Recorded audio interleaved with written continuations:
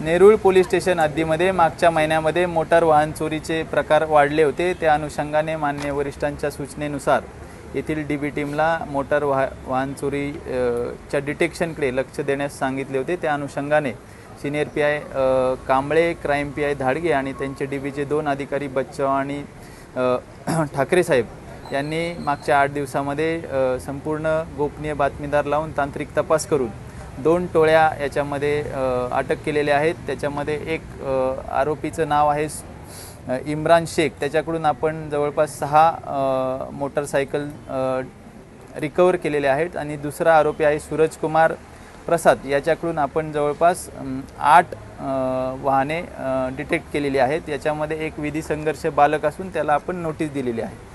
अशा एकूण 11 मोटरसायकल व 5 रिक्षा आपण या 3 आरोपींकडून रिकवर केलेले आहेत। त्यातील 11 गुन्हे हे नेरूळचे आहेत, 2 गुन्हे कामोट्याचे आहेत व खारघर, कळंबोली आणि तळोजाचा प्रत्येकी 1 गुन्हा आहे।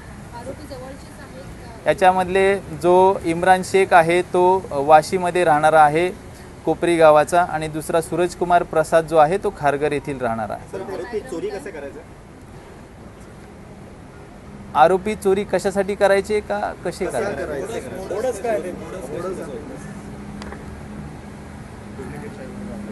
त्याच्यामध्ये प्रत्येक गाडीची कंडिशननुसार ते वेगवेगळ्या नेहमीच क्लुप्त्या वापरत असतात। कुणाच्याकडे डुप्लिकेट चावीचा वापर करतात, कुठे ते इग्निशन तोडून त्या ठिकाणी त्याचा वापर करत असतात। वेगवेगळ्या ठिकाणी वेगवेगळी पद्धत वापरत असतात। आरोपी रेकॉर्डवरचे होते का? याच्यामध्ये काय हिस्ट्री आहे का यांची? याच्यामध्ये आपण हिस्ट्री बघितली असता यांचा कुठलाही पूर्व इतिहास नाही आहे।